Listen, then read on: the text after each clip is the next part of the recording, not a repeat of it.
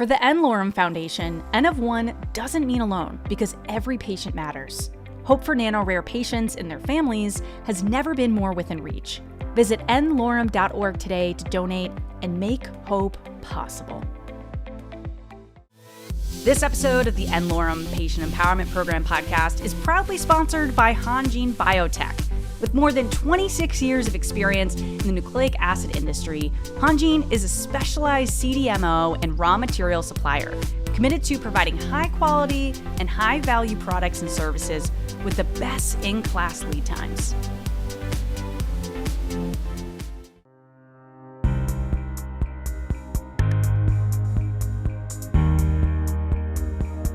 Hello, everyone, and welcome to the n-Lorem podcast series.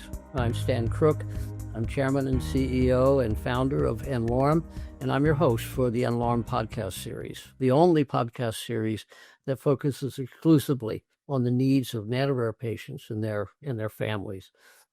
Today, our special guests are Diana and Mike Gooley, who, of course, have individual identities that are interesting in and of themselves, but we come together because they're parents of a patient of ours named Connor, and we'll be talking about him.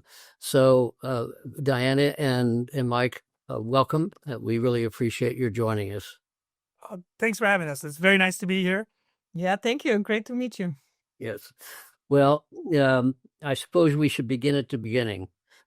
Why don't we talk a bit about Connor and what his life has been like and how you've responded to his needs and Sure. where we are. So we'll go back through Connor's history. Connor was born in February of 2019, so he's 6 years old now. He was born in Newport Beach, California. We were living in Not too far from you. not too far from you. Experienced normal pregnancy. We had all the tests done in utero. There was no evidence of anything going wrong. When he was born, normal delivery. Everything was fine. First couple months, the pediatricians were, everything's great. Congratulations. So we thought we had made it. This was our first son. So And he was huge. He was like 8 pounds, 2 ounces. So he was a big 9 pounds. He 9 was a pounds. huge baby. Yeah, well, you seem to have managed through it, so that's good. Yeah. So he was a happy, healthy baby, at least for the first 3 months. And then I started to notice his eyes shaking, nystagmus, which is the trembling of the eyes, which is what we've come to learn is a symptom of a neurological problem. But at the time, we didn't know that. At the time, since this was our first child, I just thought, oh, that's how children learn to see. Their eyes tremble. He's focusing. He's focusing. Maybe he's having trouble focusing.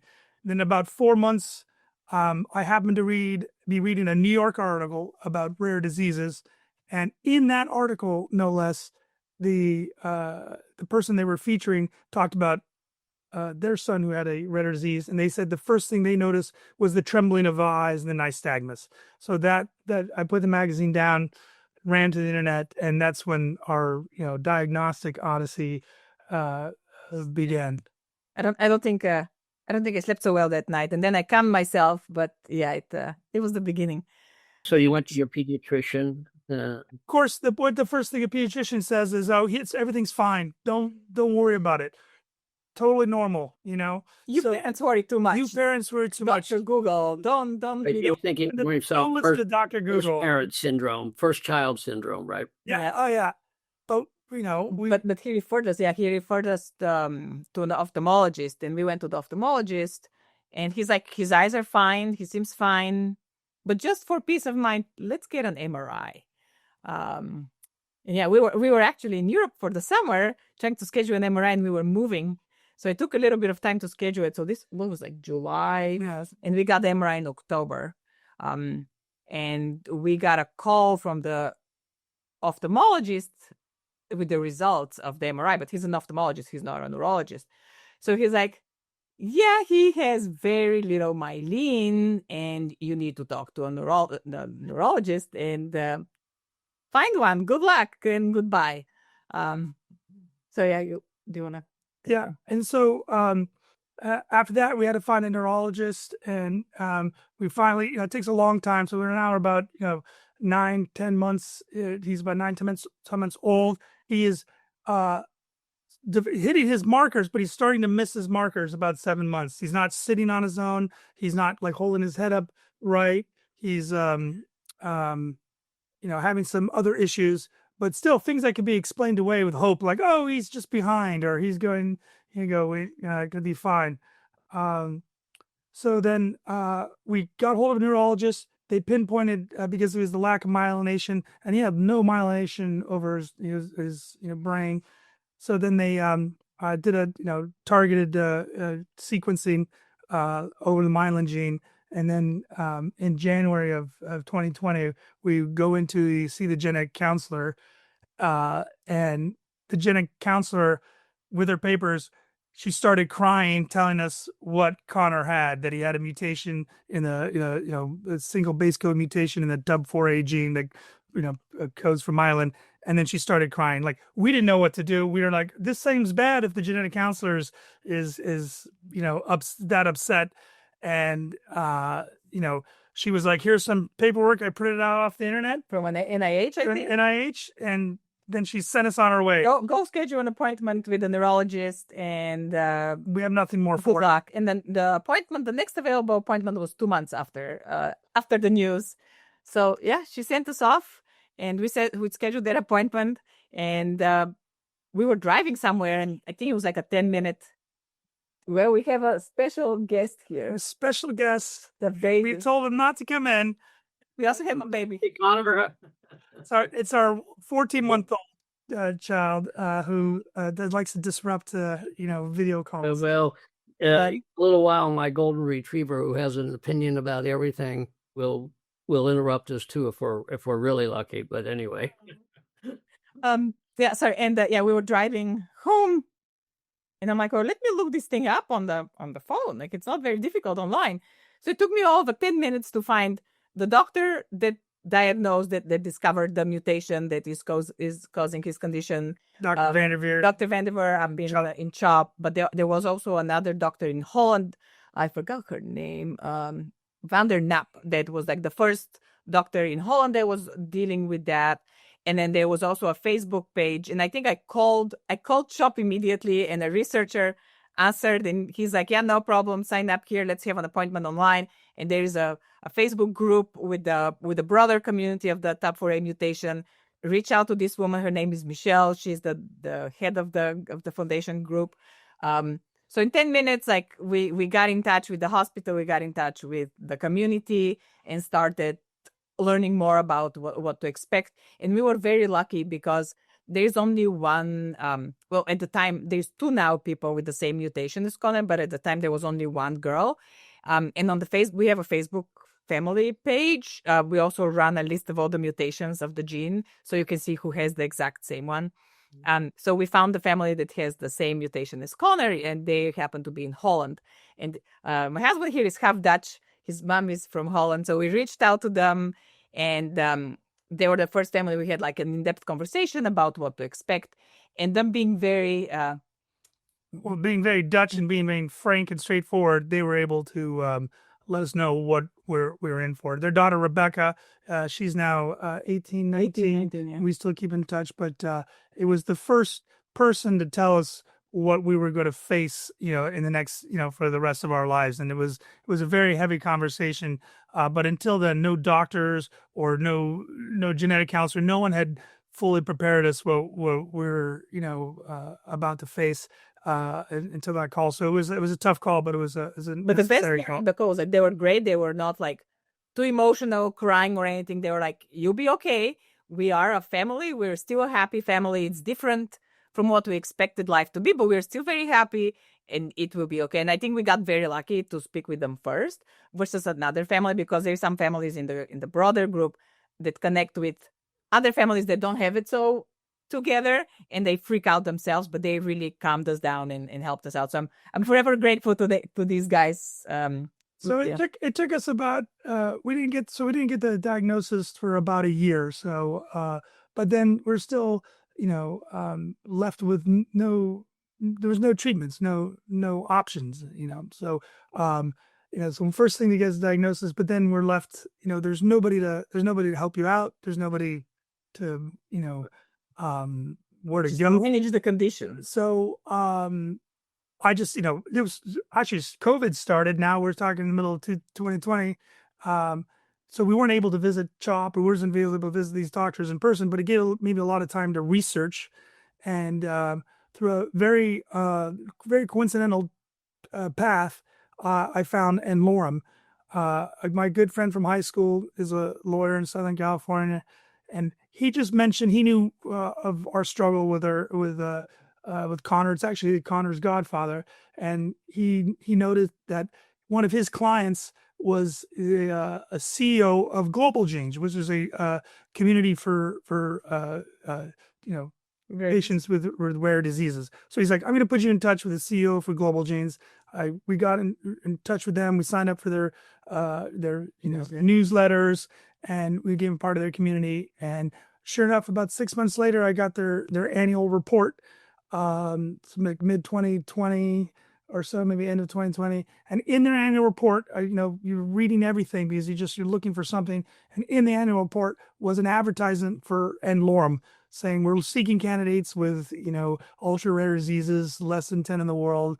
And I was like, I just remember it to this day. Oh my God, that's Connor. And I showed her and she's like, I don't know if that's Connor. I'm like, yes, that's Connor. And so we, based on the ad in an old school, I think it was, He found it. I had nothing to do with finding you guys. He found it like himself. Emailed you and started our, journey with n-Lorem, and they got back to us right away, and they, we started working with you. So, it still took a couple years to find the doctor, go through the FDA trial, and but all in all, Connor's ASO treatment started in September of last year. So we're approaching the 5th dose coming up next week in Boston at Massachusetts General Hospital with Dr. Eichler and his team up there. So we're starting to see some good results from Connor. So we're very excited.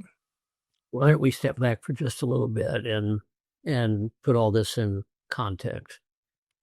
First of all, the journey that you've had is more fortuitous than most, and you obviously are fully capable of getting in and digging in and doing research and so on. Many are not, and so you're. I'm sure you now understand that you were fortunate to get to understand this as rapidly as you did. So Connor has a de novo mutation. That is a mutation that happened to him. And so all the genetic tests that you had would be irrelevant. And it is one of the more impressive facts that all of us have several 100 million mutations. And I didn't know like that. Those are all silent. And then, so Connor has the same number of mutations as you and I. He just happens to have a bad one. And his mutation is a mutation in a gene called TUBB4 that makes a protein called tubulin.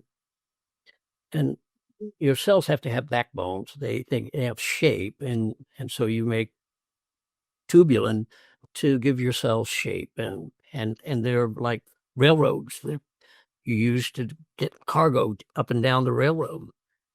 And of course, its central nervous system is unique, and so it has a unique tubulin.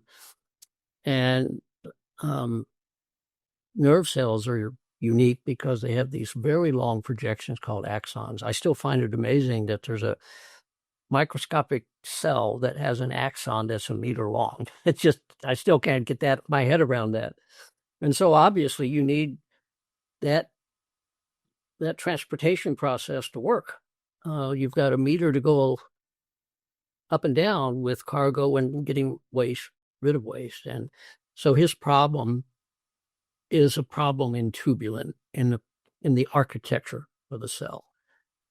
And a role that tubulin plays is in the central nervous system is to help build the sheath around fast nerves called myelin. And basically insulation. That's all myelin is. It's the same as the electric wires in your house have insulation. That's what allows the electricity to move fast and not be lost. Simple, yeah, but not nice. So he doesn't have myelin because of the tubulin problem, and he can't send signals as rapidly because it doesn't have myelin, and because his neuronal cells are unhealthy. They don't grow, they don't develop, they die, they do other things that makes his neurological situation progress. So that all fits with everything you guys have learned. I haven't gotten anything too wrong yet, have I? Yeah, no, that's exactly what we learned. Yeah. So yeah, he suffers from he gets very slow, nervous impulses. He can't, as a result, he can't walk, he can't talk, he has no, basically no fine or gross motor skills, but he can hold a cup. But he can hold a cup and he can turn pages, but he can't use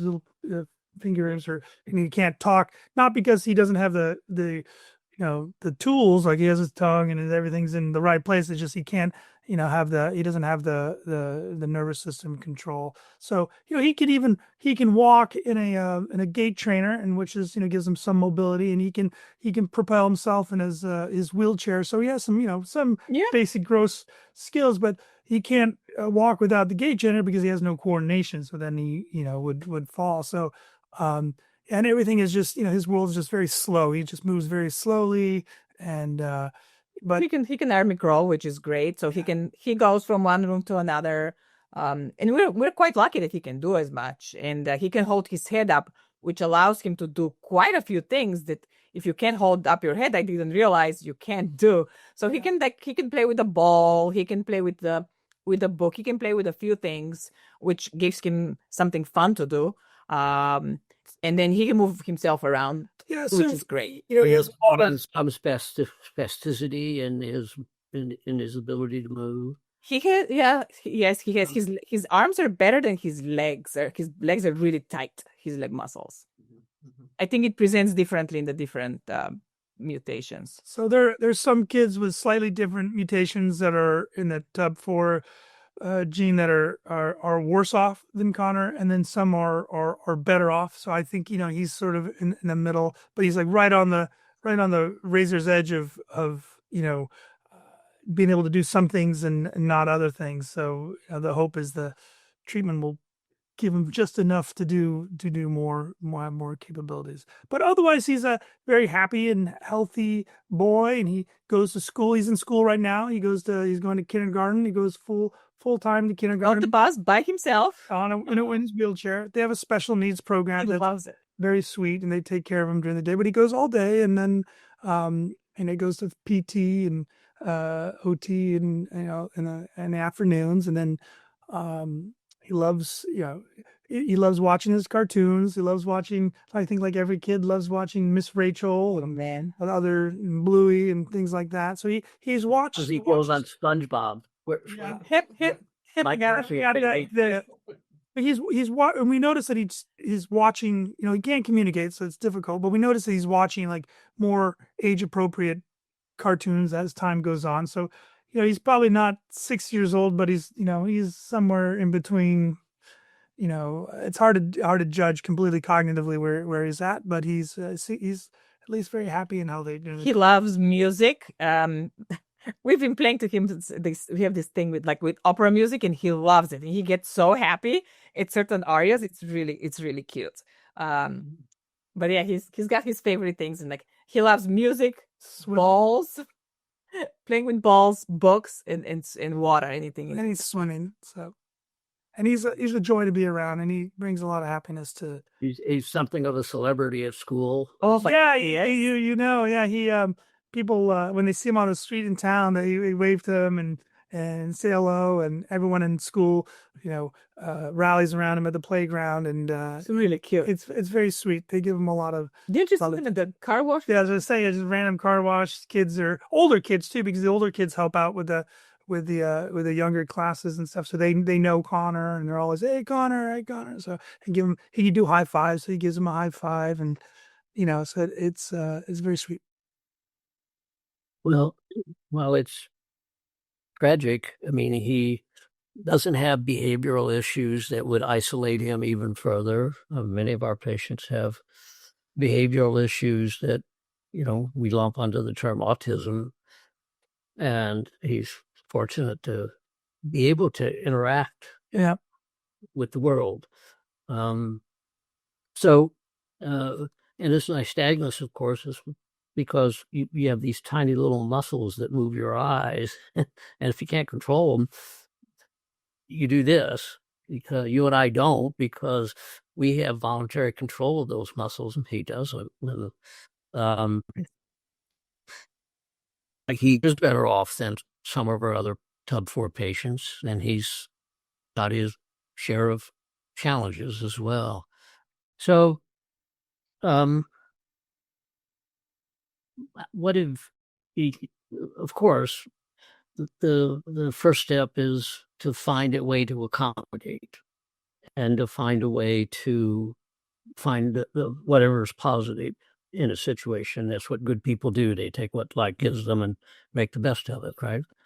But how has it affected your lives? Well, I'd say, initially it was very tough. We had the unfortunate time of finding out about Connor also during COVID. And, so we were isolated, more isolated than you normally would be from your friends and family. And we had also just moved to a new town. So it was, the first couple of years, and especially the first year of the diagnosis process, where we don't know what's happening, is very, you fluctuate between hope and despair, and you don't know what's going on. As you diagnose it a little bit better, you can, at first we didn't know how long you had to live. We didn't know if it was going to be a couple of years. At first they were like, it could be a couple of years or a year or longer. So there's this wide ranging. So the first couple of years were, initially it was very difficult, but as we, piece by piece, we, realized, okay, we have a long time frame here. The only other patient that has it in the world is 18. So or 17, that we know we have some time there. We know that it should, be stable for a certain degree. And then our friends and family rallied around us. Her parents came from Bulgaria to help out all the time, and my mom came and helped out all the time. And our friends and family raised, we had fundraisers to raise money for the HABC Foundation and for Connor's treatment. So we had friends and family rallied to raise funds to help him. So it's piece by piece you get through it, and we lean on each other, and we see that Connor is happy and healthy, and that makes everything okay. Well, I think for me was, at the beginning, I thought like I'll never feel normal again or happy again for a while. But it's true, the time heals everything. And I think you also have the time to mourn what your child would have been. And it took time, but now it took a couple of years, but now I feel normal as I always was. And, Connor is part of our life, and this is what our life is now. And it's okay. This is what it is, but it's not easy. And for many people, it takes longer. But my message to other families is, it gets better. Don't despair, because it's the hardest at the beginning, but as time goes by, it definitely gets better, at least in your head, right? The work that you have to do and what's happening to your child is not changing, but at least your brain deals with it, and at least you feel normal most of the time. And then it becomes the new normal. Like, Connor has a disability. Well, that's, we'll work around that. We'll get better gear, and we'll plan better. And, we'll still, we're not going to stop going on vacation or doing things. And so, And we have another kid. We have a baby now. He's, they're 5 years apart. And I saw a friend last summer, and she had, Down syndrome sibling that passed away. Like the sibling was like probably 30, but she said I was interested to know, like, I'm giving my baby a sibling that's very disabled, how that impact his life. And she told me something that's very encouraging too. She said that she went to like a high school reunion a few years ago, and she's in her 40s, and she saw a lot of her friends, and they said that it was wonderful growing up with her sibling. I forget if it was a brother or sister, a disabled sibling, because it gave them another perspective to life, and they really appreciated that, and it helped them improve their lives to become better, more compassionate people. So I think that also gave me hope for my other kid, that like, I'm not putting too much of a burden on him as well, and he's helping in his own way his broader community. And so we had to think a lot, we had to think hard about having a second child, but because, as you said, it was a de novo mutation, the genetic counselors said there was, there's nothing, there should be nothing wrong with having a second child. So it was a big step, but we trusted the science, and I'm a BA in biology myself, so almost a doctor. So I understand the basics, the foundational stuff. So we went through, and our second boy turned out fine, and he has restored a nice balance to the family. So now we're not just a couple with a disabled kid, we're a family, and it's What's your second son's name? Jimmy. See, James. Yeah, he was just banging at the door there. We can bring him by later. He molests his brother a lot. He just crawls on top of him. He really loves him and stuff. So he's very cute. Well, so adjustments have to be made, and I think of depression as sort of a heaviness that you feel, like you've moved to a planet with 3 or 4 times gravity, and when it lifts, it feels like you're lighter. I suspect that's how it felt for you guys. Yeah, very much so. And I think that message to other families is a very important message, that you can manage through it and you can accommodate. And yes, you have to adjust your dreams, but there are things to look forward to with your disabled son, just as there are things to look forward to with your normal son. Right. Yeah. Very well put. So treatment. Where's he being treated? So, Massachusetts General Hospital with Dr. Eichler, yeah. Dr. Florian Eichler. He's a cool dude. Yeah, he's really great. And he so when we n-Lorem, said, okay, you go find a doctor, HABC, and they helped us find. They had a relationship with Dr. Eichler, so they put us in touch with Dr. Eichler, and it was he'd never done something like this before, so it was big step for them too, and he agreed to take Connor on, and we would go up to Boston 6 months, every 6 months, just to do assessments, to do like baseline assessments, and while they were putting the request through the FDA, so that took about a year and a half, 2 years. Couple years, and then the drug was being you guys were creating it. So between when we first contacted n-Lorem to the first dose was probably like 2.5 years or so. Not more, maybe 4. And then but we were working with Dr. Eichler all the time, and they've been great. And the team is with the pediatric neurology department up in MGH has been fantastic. So they're wonderful, yeah. And so now now we go up there every 3 months for the injection. We started, like I said, September of last year, and so next week we'll be going up for the injection. And luckily our friends Stephanie and Bill, they live right across the street from the hospital, so we don't have to pay any outrageous hotel fees. And in Boston they are outrageous, aren't they? So, and we get to hang out with some of our best friends, so it's fun too. And now there's no overnight stay because they don't have to observe anymore. So we'll go there for a couple days in advance for do more of the PT assessments and things. We assess him and want to see how he's doing and all that. And then And then, and then they just do the, injection, the epidural type injection. They put him under local anesthesia, and he's only No, it's not local. a general anesthesia but he's only under for about 45 minutes, so it's not too bad, and he comes out of it real well. Yeah, it's like what is it called? It's not it's sedation. He's crying. So the decision to treat, I mean, it's not simple. It's an experimental medicine. It could hurt. It could have side effects. He's a little boy, has to go into the hospital, be anesthetized. There's risk with anesthesia. He has to get an injection in his spinal fluid. That's hard stuff. How did you, and of course you had Dr. Eichler to talk to, but you have to work your way through that risk-benefit equation for yourself. Should I do this for my son? Right?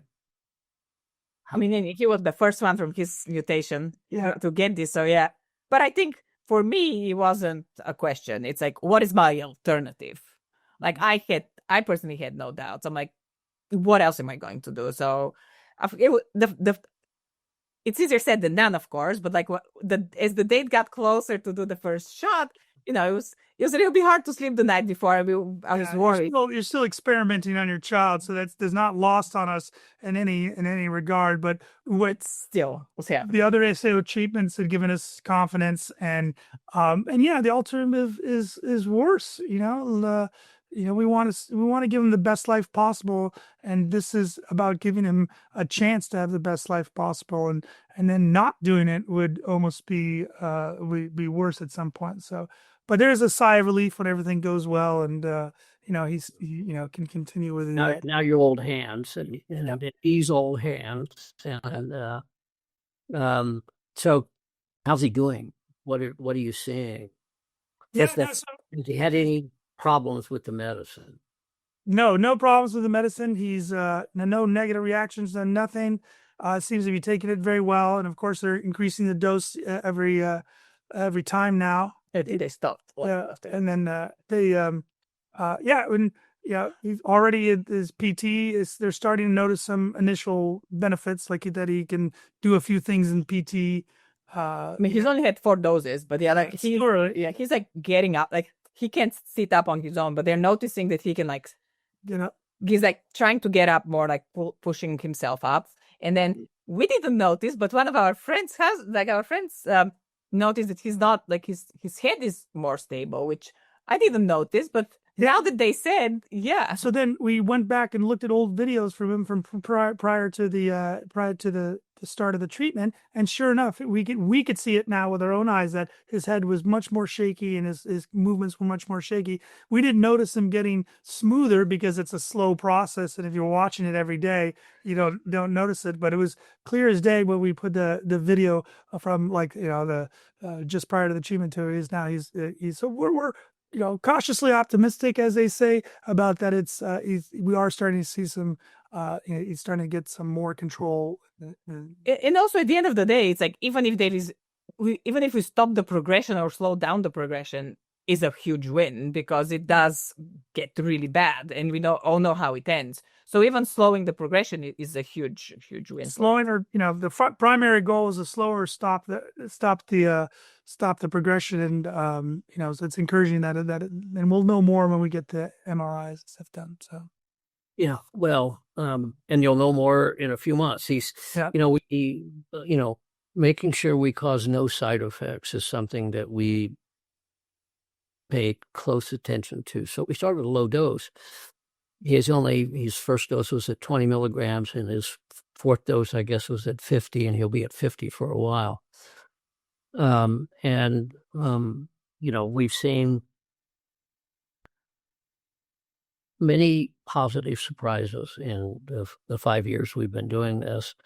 And certainly everything I once was taught about developmental delays and how plastic the central nervous system was wrong. We see all kinds of amazing benefits and responses. So myself, I am in 2025 vastly more optimistic than I was in 2020. And I'm intrinsically optimistic, but I'm data-driven, and the data are teaching us that we can do more than we thought we could do. And we can do it at lower doses, and we can do it quicker. And there is reason for optimism. And I'm sure you appreciate the videos and the stories you see on the website. How much is of course, we also try to present a balanced picture that there are potential side effects and there are patients. Well, we haven't had many.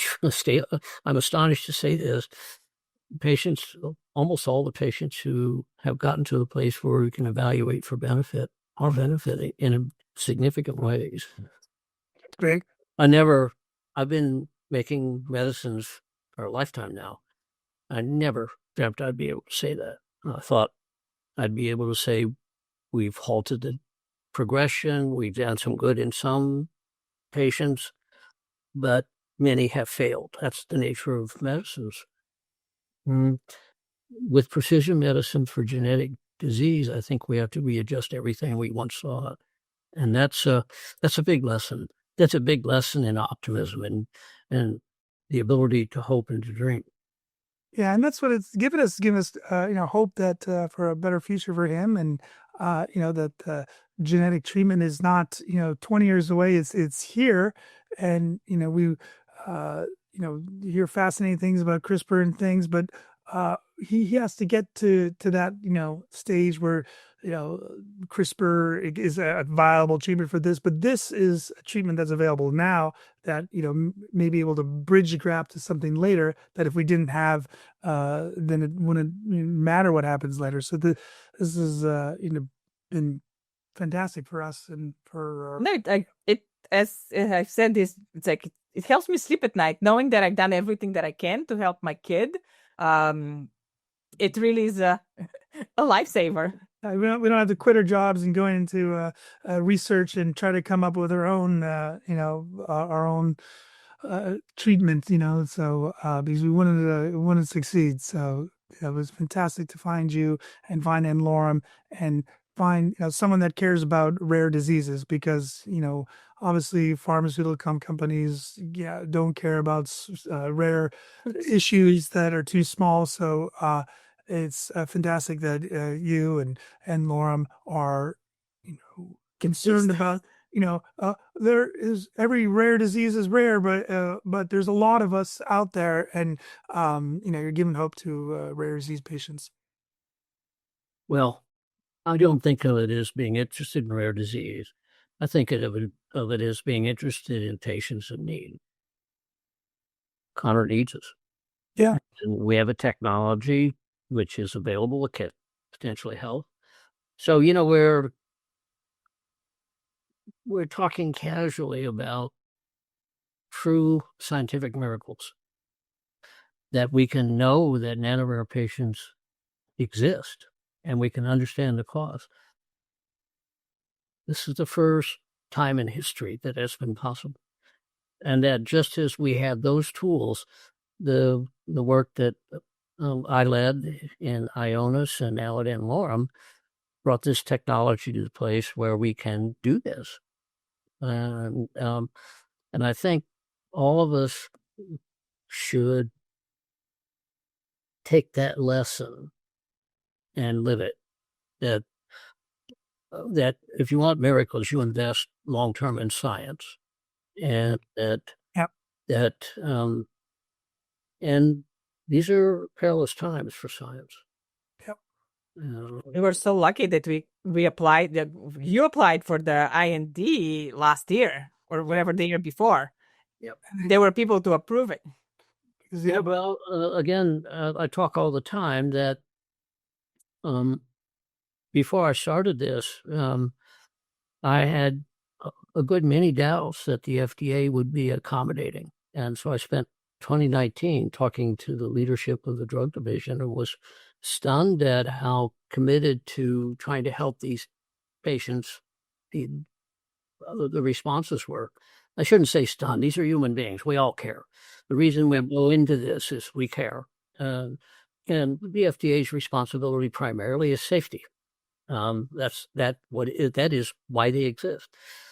But it's that combination of the technology, the fact that we can identify the genetic causes, and that guidance from the FDA that makes this all possible. And those are not just miracles of science; they're miracles of humanity as well, right? So yeah, we worry about what's going to happen at FDA if they're making cuts and all those dedicated people are without a job. Who's going to be in the FDA to work through these issues and help out families like us? So it's yeah, we worry a lot about that. And recently, I think everyone who is really intimate with the scientific world and understands the risks that we're in is anxious. That's the kindest word I can say. And we all have to recognize that all of us are going to have to come together to assure that the progress that took place over the last, 100 years will continue. Yeah. Because we're on the verge of some, I think, miracles happening in gene therapy, and it would be a shame to, for that to stop now. Well, we're all going to do the best we can to make sure that doesn't happen. And I do hope that you guys make it to our annual meeting this year. It's in Boston, so that might be convenient. Yeah, it'd be easy for us. It's been that meeting is a real pleasure for us because we get to meet so many families, and attendance has grown like unbelievably. Do our best. And as I mentioned, we had the opportunity to visit the n-Lorem offices and production facility in San Diego in January, and we got to meet everybody working there. And it was and we brought Connor, and they got to meet Connor. We had ice cream party. Oh, even better. Yeah, I know there was ice cream. I'd have come. You didn't tell me that. Come on down. So yeah, that was very special. That was a very special trip for us to see. Before that we hadn't met anyone from n-Lorem, but to go see that there's a whole whole company, a whole office of people working to help your child is it's very touching. It's very sweet. Everyone was very nice. It was a good trip. So well, I've been running organizations now for 50 years more. And one of the worries I had when I founded n-Lorem was, would I be able to recruit outstanding people, because we're competing with biotech, and we can't give options and RSUs and stock and all that. But I shouldn't have had any doubts, because people gravitate to the mission, and so yeah. We have a truly outstanding team of people who are working for the right reason. And from all over the world too. People from everywhere. Yeah, it was. Oh yeah, great. Yep. We've got Aussies, and we've got Aussies, that. Scientific community is a world community. Always has been. Hopefully, always will be. And the talent comes, in whatever nationalistic, linguistic package it wants to come in. I could care less. Having managed many kinds of organizations over the years, I do wonder if the fact that there are so many women makes it so much easier. I don't want to get in trouble here, but it seems like women are better suited to the modern world than men. We make things happen. Yes, that's the true. thing. Yeah. I'm not going to say any different. No. No, but she'd hit you if you did. Yeah. Well, it's been wonderful chatting with you, and I really look forward to meeting Connor and Jimmy and you folks at one of these days soon. Just let me know when you're going to have ice cream there in San Diego, and I'll come. Okay. All right. Well, it's a pleasure meeting you virtually. We look forward to meet you in person. Thank you for all you've done, and thank you for n-Lorem and for all their staff and what you guys have done. And apologize for baby Jimmy screaming. Hopefully you could edit that out. And Well, he's saying, "Hey, I want my own podcast." What? yeah, he wants his own show. He would be great. Thank you so much. It's been lovely speaking with you. And I really appreciate everything you guys are doing. Well, it's our pleasure. It's our privilege. With that, we'll bring it to a close, and we're all smiling. And I think that's the most important message of this conversation: that there are reasons to hope, to dream, and to smile. Aw, Pretty much. thank you. It's so wonderful meeting you.